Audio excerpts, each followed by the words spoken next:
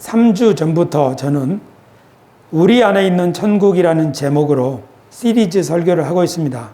천국이 딴 데 있는 게 아니라 너희 안에 천국이 있다.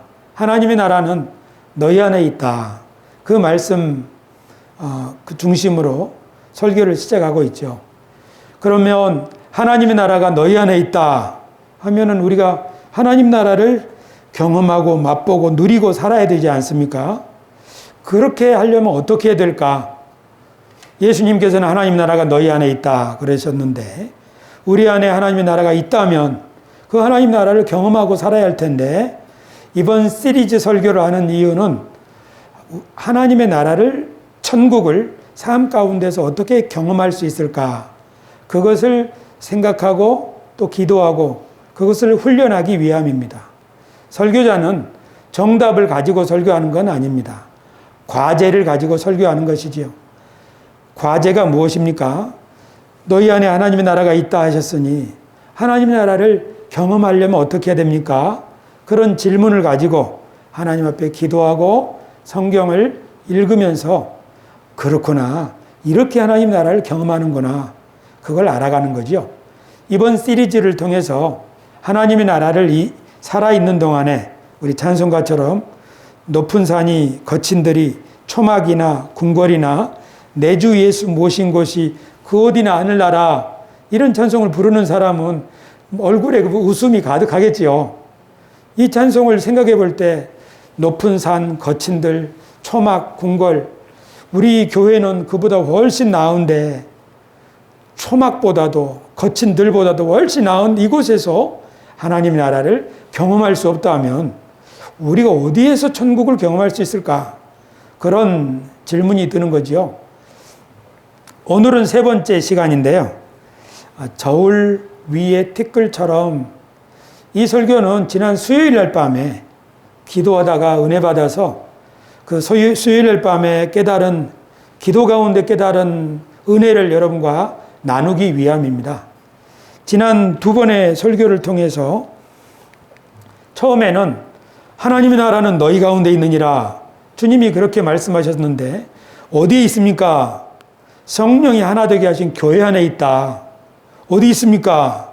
하나님이 짝 지어주신 가정 안에 하나님의 나라가 있다. 어디 있습니까? 하나님이 줄로 지어주신 구역, 그 나의 기업, 나의 일터, 그 안에 하나님의 나라가 있다. 주님이 그렇게 말씀하신다고 믿었습니다. 그런데 그 하나님의 나라, 천국에 들어가는 문은 좁아서 좁은 문으로 들어가려고 하는 사람들이 만약에 탐심, 욕심이 이만큼 있다면 그는 결코 천국에 들어갈 수 없다. 또는 쓸데없는 자존심, 내 자존심에 스크래치, 상처를 낼 수 있어? 지가 뭐라고 나한테 이러는 거야? 이런 쓸데없는 자존심 가지고 있다면 천국에 못 들어가는 거죠. 다른 말로 하면 쓸데없는 자존심의 짐, 욕심의 짐 가지고 있으면 그가 있는 교회, 천국 아니에요. 지옥 되는 거예요. 가정도 마찬가지죠. 우리 일터도. 그래서 예수님의 말씀을 따라서 우리가 천국에 들어가려면 우리 삶 가운데 천국을 경험하려면 우리에게 가지고 있는 이 짐을 벗어버려야 주님의 생명으로 인도하는 문에 들어갈 수 있겠구나. 그런데 이 교회라고 하는 것은 예수님의 몸처럼 서로 지체가 되어 있기 때문에 서로 연결되어서 양분을 몸에서 서로 주고받으면서 함께 몸이 자라나듯이 우리 교회라고 하는 지체 속에서 그 몸 속에서 한 지체가 되어서 함께 사랑하고 연합하고 격려할 때 그리스도의 인격이 이렇게 인격이 성장할 수가 있겠구나. 그래서 저는 그렇게 기도합니다. 주님, 제가 예수님처럼 그런 인격의 사람이 좀 되고 싶습니다. 그러니까 마음이 이렇게 좁아가지고 쉽게 절망하고 좌절하고 그런 사람 말고요. 예수님처럼 온 세상이 흔들린다 하여도 하나님이 함께 하신다는 믿음이 있다면 꿋꿋이 그 길을 걸어갈 수 있기를 원합니다.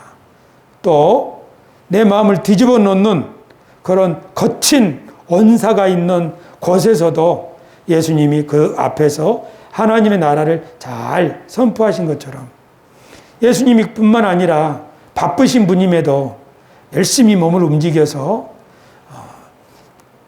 더위 가운데 사마리아 여인을 만나러 가기도 하시고, 또 이방인 저 가나안 여인, 그 자기 딸이 귀신 들려가지고 고통 가운데 있는 그 여인을 찾아가서 그 여인을 구원하기도 하시는 그런 예수님처럼 장성한 성숙한 인격에 이르고 싶습니다. 어떻게 가능한가요? 그리스도의 몸 안에 있을 때 가능하지요. 그래서 어떤 사람들은 예수님은 좋지만 교회는 싫어, 이렇게 하면서 교회를 떠나는 사람들은 사실 자신의 인격이 그리스도 안에서 성숙할 수 있는 그런 기회를 잃어버리는 거라고 우리는 볼 수 있습니다. 지난주에는 예수님이 생각하는 하나님 나라와 백성들이 생각하는 하나님 나라가 서로 다르더라 하는 설교를 했죠. 오병이어, 물고기 2마리, 보리떡 5개로 많은 사람을 먹이신 기적을 행한 다음에 예수님은 사람들이 이제 하나님이 우리에게 새로운 시대를 주시겠구나, 그리고 예수님과 함께 하나님이 우리에게 주시는 새로운 영생의 길로 나가기를 바랐지만 백성들은 더 많이 먹을 수 있고 더 많이 더 안락하게 살 수 있는 세상만을 바랐다고 그랬죠. 그래서 예수님을 임금님으로 삼으면 자기들이 원하는 세상이 올까 생각을 했는데 예수님은 그 사람들의 생각과 다른 하나님 나라를 생각하고 계신 거죠. 그래서 그들의 지지를 다 뿌리치고 혼자 산에 가서 기도하셨죠. 그러다가 바리새인들이 예수님께 질문을 했죠. 하나님의 나라가 어느 때 옵니까? 예수님은 바리새인들의 그 질문에 대해서 뭐라고 대답하시냐면, 하나님의 나라는 눈으로 볼 수 있게 임하는 것이 아니라 여기 있다 저기 있다가 그렇게 말할 수도 없는 그것이 하나님 나라다. 하나님 나라는 너희 안에 있다. 그 말씀 하셨어요. 예수님이 하나님의 나라가 너희 안에 있다, 이 말씀을 왜 하셨을까? 이 말씀을 좀 더 생각해 보는데, 그러면 바리새인들 안에 하나님의 나라가 있다는 말일까? 바리새인들 안에 하나님의 나라가 없지요. 바리새인들 안에 하나님의 나라가 있었다면 바리새인들이 예수님을 갈릴리 촌 출신이라고 외면하지 않았겠죠. 그들 안에 하나님의 나라가 없기 때문에 예수님의 하나님 나라 복음을 거절한 거 아니에요. 예수님이 생각하는 하나님 나라는 한 사람도 소외되지 않도록 사랑으로 돌보는 세상이죠. 그래서 예수님께서 3가지 이야기를 들려주신 거 아니에요?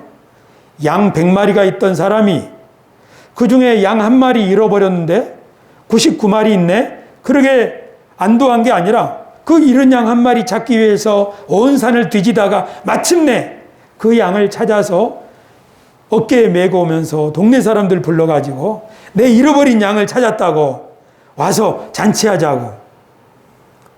또 어떤 신부가 결혼 예물로 목걸이를 선물 받았는데 그 목걸이를 잃어버렸어요. 신랑한테 이제 쫓김을 당할 수도 있어요. 소박을 맞을 수도 있죠. 만약에 이 귀한 목걸이를 잃어버린다면 얼마나 충격이겠어요? 그런데 신부가 신랑이 결혼 예물로 준 목걸이를 잃어버렸어요. 그 목걸이를 다 잃어버린 게 아니라 그 중에 한 중요한 부품을 잃어버린 거죠. 그래서 그걸 집안을 다 쓸다가 마침내 찾았어요. 너무 기쁜 나머지 친구들을 불러서 잔치를 벌였어요. 야, 내 목걸이 찾았다. 예수님은 3번째 이야기 들려주셨죠. 2 아들이 있는 아버지가 둘째 아들을 잃어버렸죠. 어떻게 잃어버렸나요? 우리들 중에 어떤 분들은 아들을 사고로 잃어버리기도 했죠. 교통사고로 잃어버리기도 하고. 얼마나 그 부모의 가슴이 아프겠어요?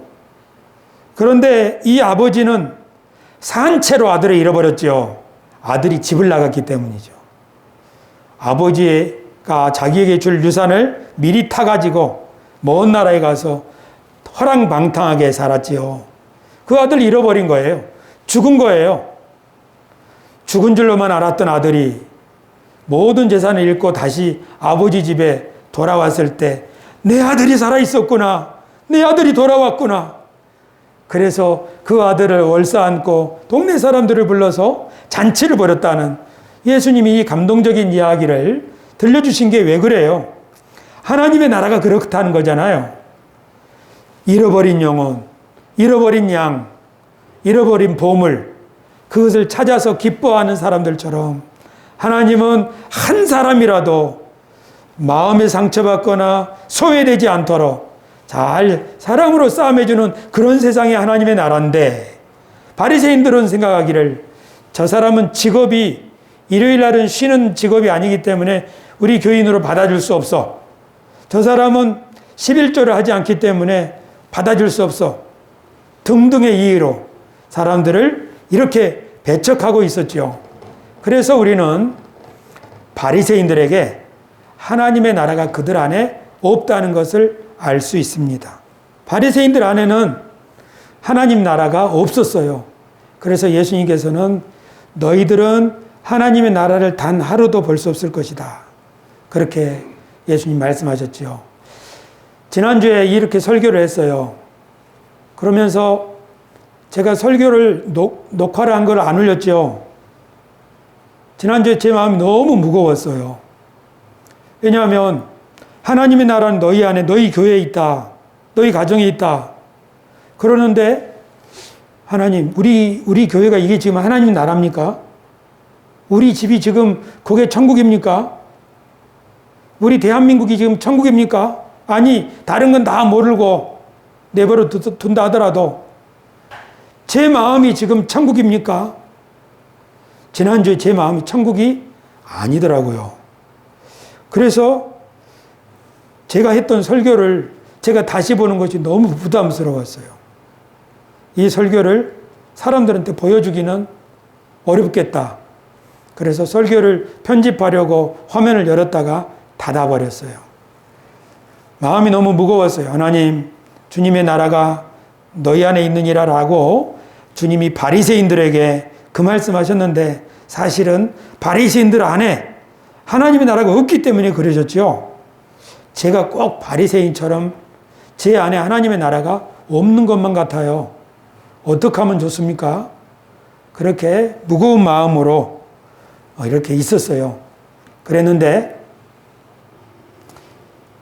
차라리 우리 성도들한테 하나님의 나라는 죽어서 하늘에 올라가면 비로소 거기가 하나님 나라를 볼 수 있고, 이 땅에는 하나님 나라가 없다고 설교하는 것이 낫지 않을까?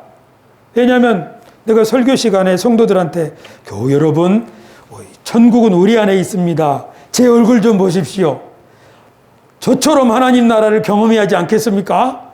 이렇게 설교했다면 얼마나 좋았겠어요? 근데 그렇게 설교를 못 하겠더라고요. 그랬더니 집으로 돌아가는 길에 이금숙 권사님이 절더러 목사님 힘내세요. 그렇게 격려를 해 주었습니다. 그러다가 수요일 밤에 기도하러 왔어요. 이것이 노젓는 배인데요. 제 어린 시절에 섬마을에서 이런 배를 탔어요. 뒤에서 노를 저으려면 배가 이리 가야 되는데 이렇게 옆으로 서야죠. 여기서 밀고 당기고 하면 배가 저리 가요. 근데 반드시 가는 게 아니라 이렇게 하면서 가지요. 제 모습이 꼭 이와 같다는 생각이 들었어요. 하나님, 제가 지금은 이리저리 흔들리면서 가고 있는 거 맞지요? 저는 포기하지 않을래요. 그러면서 이제 기도하러 나오는 거죠. 이 그림도 좀 소개하고 싶어요. 이 꽃이 씨앗으로 있다가 싹이 터서 꽃봉오리가 나와가지고 이렇게 자라겠지요. 근데 이것을 아주 빠른 속도로 그것을 재현해 보면 꽃이 삐욱 자라는 것이 아니라 꽃이 막 춤을 추면서 자란다는 것을 알 수 있습니다. 그래서 도종환이라고 하는 그 시인이 이런 시를 썼지요. 흔들리지 않고 피는 꽃이 있으랴. 흔들리지 않고 피는 꽃이 어디 있으랴. 이 세상 그 어떤 아름다운 꽃들도 다 흔들리면서 피었나니 흔들리면서 줄기를 곧게 세웠나니 흔들리지 않고 가는 사랑이 어디 있으랴. 젖지 않고 피는 꽃이 어디 있으랴. 이 세상 그 어떤 빛나는 꽃들도 다 젖으며 피었나니 바람과 비에 젖으며 꽃잎 따뜻하게 피웠나니 젖지 않고 가는 삶이 어디 있으랴. 꽃도 흔들리면서 비바람에 젖으면서 아름답게 피우고 사랑도 그렇다는 거죠. 사랑도 흔들리면서 비바람에 젖으면서 아름다운 사랑이 연글게 되지요. 신앙도 그런 것 같아요. 신앙도. 흔들림이 없이 올곧은 믿음을 가진 사람은 이 세상에 아무도 없습니다. 다 의심하고 번민하고 실망하고 기뻐하고 확신에 차 있다가 그리고 절망에 빠지기도 하는 그런 과정들을 통해서 우리는 하나님을 향하여 자라나는 아름드리 구루터기가 될 수 있습니다. 그래서 수요일 밤에 기도하러 나와가지고 하나님, 목회자가 이래서 되겠습니까? 제가 설교할 때, 제가 복음을 전할 때 너무 외롭습니다. 엘리야가 생각이 났어요. 엘리야가 하나님께 하소연하기를 나만 남았나이다. 외로울 때 그렇게 말할 수 있죠. 그래서 수요일 밤에 막 나만 남았나이다 막 기도하는 거죠. 예수님과 다윗 같은 경우에는 어찌하여 나를 버리셨나이까. 그런 하소연을 하기도 했죠. 하나님 앞에 그렇게 기도하다가 제 마음을 담은 말씀이 생각이 났어요. 그 말씀은 시편 2편인데요. 전에 이 말씀을 암송했기 때문에 기도하면서 이 말씀을 가지고 하나님께 기도했어요. 하나님, 어찌하여 이방 나라들이 분노하며 민족들이 헛된 일을 꾸미는가? 세상의 군왕들이 나서며 관원들이 서로 꾀하여 여호와와 그 기름 부음 받은 자를 대적하며 우리가 그들의 맨 것을 끊고 그의 결박을 벗어버리자 하는도다. 이렇게 이 시편 2편 말씀을 암송하면서 하나님 앞에 기도하는 거죠. 어떻게 기도해요? 제가 기도할 때 제가 곡조를 붙여요. 제 나름대로. 이방 나라들이 하나님을 대적하고요. 막 그렇게 노래를 부르는 거예요, 혼자. 왜 그래요? 기도를 할 수 없으니까요.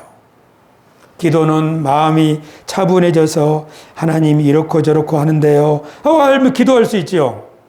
근데 마음이 너무 어려우니까 찬송을 부르거나 하나님의 말씀을 가지고 하나님 앞에 하소연하는 거죠. 이렇게 하소연하는데 바로 그 다음 말씀이 이런 말씀이 생각이 났어요. 하늘에 계신 이가 웃으시며 주께서 그들을 비웃으시리로다. 하나님은 하나님을 거절하고 하나님의 기름 부음 받은 자를 조롱하는 사람들을 비웃으시는 분이로구나. 그때 정신이 번쩍 들었어요. 하나님은 산타 할아버지처럼 항상 껄껄껄 웃으시며 그래 좋다. 나는 너를 사랑한다. 그렇게만 하시는 분이 아니로구나.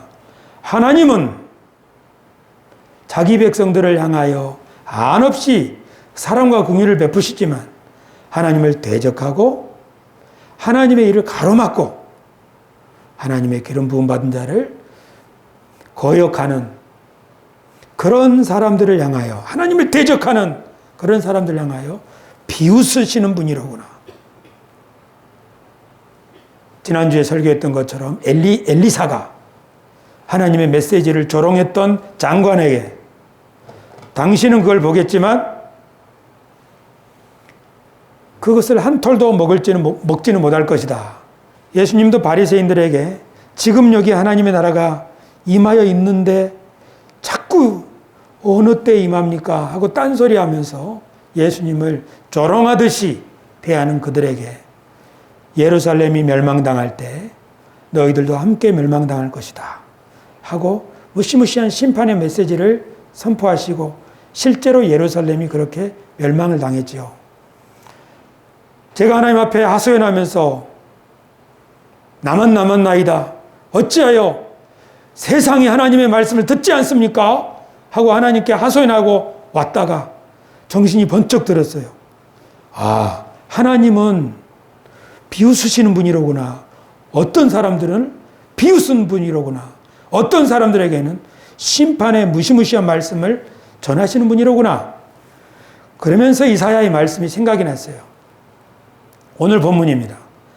보라, 그에게는 열방이 통의 한 방울 물과 같고 저울의 작은 티끌 같으며 섬들은 떠오르는 먼지 같으리니.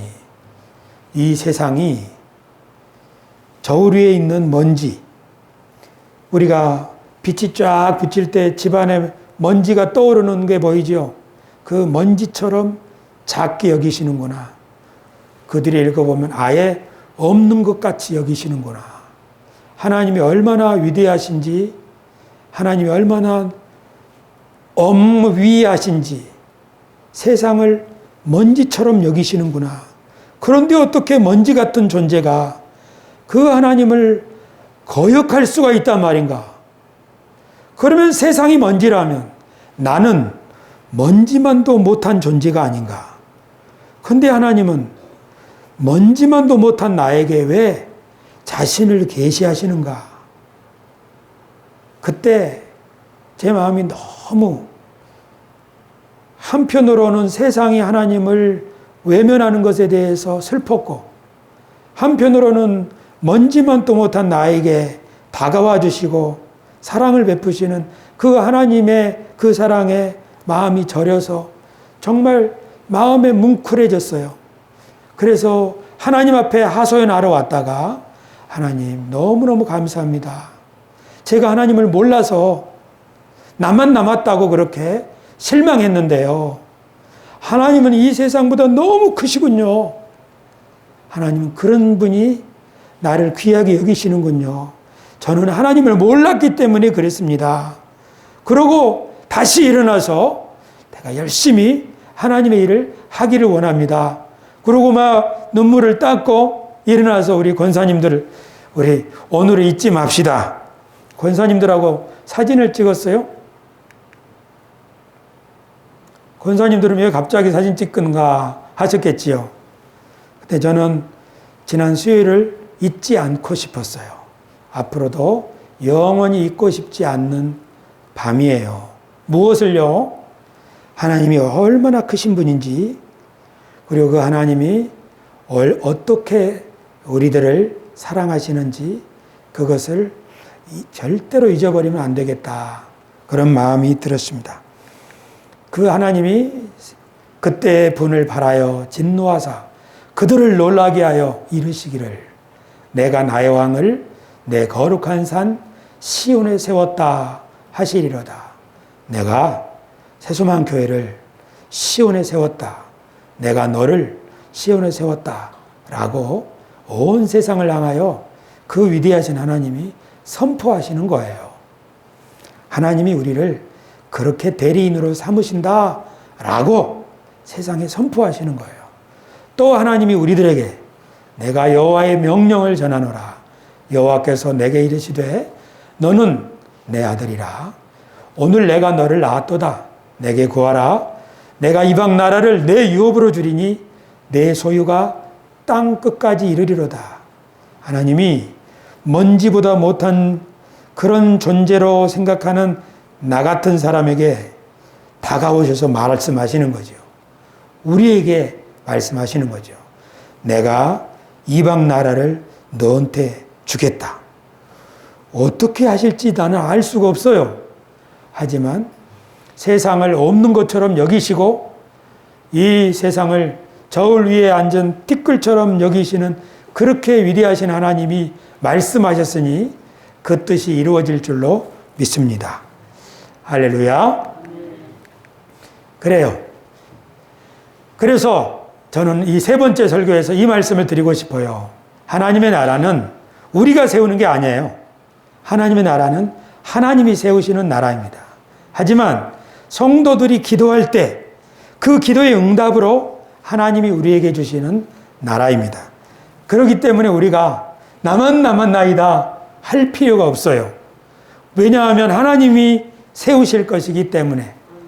그런데 설교를 준비하면서 요한계시록의 이상한 말씀을 읽었어요.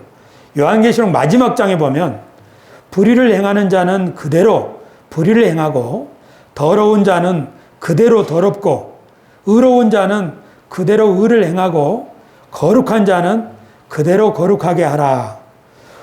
이 말씀 요한계시록처럼 하나님의 계획이 담겨있는 이 말씀을 다 하신 후에 천사가 요한에게 이런 말을 하는 거죠. 불의를 행하는 사람은 그대로 불의를 행하게 내버려 둬라. 더럽게 사는 사람은 그대로 더럽게 내버려 둬라. 의롭게 살려고 몸부림치는 사람은 의롭게 살 수 있도록 도와주어라. 거룩하게 살려고 힘쓰는 사람은 거룩하게 살 수 있도록 도와줘라. 하나님이 성경 말씀을 기록한 목적이 여기 있다는 것을 알았어요. 하나님이 성경을 기록한 목적은 불의한 자들을 깨닫게 하기 위함도 아니고 더럽게 사는 사람들을 그 더러운 데서 돌이키게 하려고 성경을 기록한 게 아니로구나. 성경을 기록한 목적은 의롭게 살려고 하는 사람, 불의한 세상에서 의롭게 살려고 하는 사람이 세상 사람들 다 이렇게 사는데 나만 이렇게 의롭게 살 수 있나요? 나도 세상에 동화되어 그렇게 마음을 놓아버릴까봐 다 더럽고 추한 일에 아무렇지 않게 사는데 나만 거룩하게 살 수 있나요? 너무 힘들어요. 차라리 포기할래요. 할까봐. 하나님이 그 백성들에게 세상이 아무리 불의할지라도 너는 그 길을 따라가지 마라. 왜냐하면 네가 그 길을 따라가면 이 세상은 진짜 희망이 없어진다. 내가 너의 기도, 너의 순종, 그것을 오병이어의 재료로 삼아서 이 세상에 주님의 뜻을 펼치기를 원하신다고 하나님 우리를 그루터기처럼 남은 거룩한 씨앗들처럼 우리를 남겨두셨어요. 요한계시록의 신자들도 마찬가지예요. 그러니까 우리가 어떤 사람들이 하나님의 말씀을 거절한다고 실망할 필요가 없는 것이 하나님의 말씀은 그들을 위하여 기록된 것이 아니라 하나님께 나오는 사람들, 우리들을 위하여 하나님 말씀이 기록되어 있습니다. 우리들이 실망하지 않도록 나만 나이다 하고 그냥 포기하지 않도록 이것은 참 귀한 말씀입니다.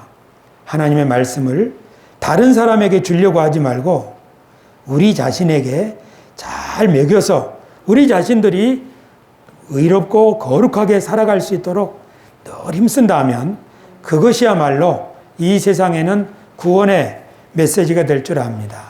마지막 말씀입니다. 그러면 어떻게 하실까요? 하나님 어떻게 하나님 나라를 이 땅에 이루실까요? 하나님이 성도들의 기도와 성도들의 순종을 통하여 하나님의 일을 이루십니다. 그런데 이미 시편 기자는 이것을 잘 알고 있었어요. 시편 37편에 보면 또 여호와를 기뻐하라. 그가 내 마음의 소원을 내게 이루어 주시리로다. 내 길을 여호와께 맡기라. 그를 의지하면 그가 이루시고 내 의를 빛같이 나타내시며 내 공의를 정오의 빛같이 하시리로다. 우리가 할 일이 바로 이거로구나. 여호와를 기뻐하는 것. 여호와를 왜 기뻐할 수 있어요? 그 여호와 하나님이 너무너무나 위대하시고 너무너무나 사랑이 충만하신 분이기 때문에 우리가 하나님을 기뻐하면 하나님이 우리의 뜻하는 바를 이루어 주실 줄로 믿습니다. 이것이 우리들의 과제예요. 세수만 교회 교우 여러분, 가정이든지 교회든지 자신의 인생이든지 내가 어떻게 해보려고 노력하고 몸부림치고 하지 말고 하나님의 은혜 안에서 하나님을 기뻐하면서 사는 법을 우리가 터득해야만 하겠습니다. 그렇지 않으면 하나님 나라는 우리 안에 없습니다. 하나님 나라가 우리 안에 임하는 가장 큰 비결, 그것은 하나님 앞에 서는 것입니다. 하나님 앞에 설 때에 비로소 우리는 하나님이 이 모든 것을 이루시겠구나, 그 믿음 가운데 설 수가 있습니다. 우리가 기뻐하면 하나님은 우리의 소원을 이루어 주실 것입니다.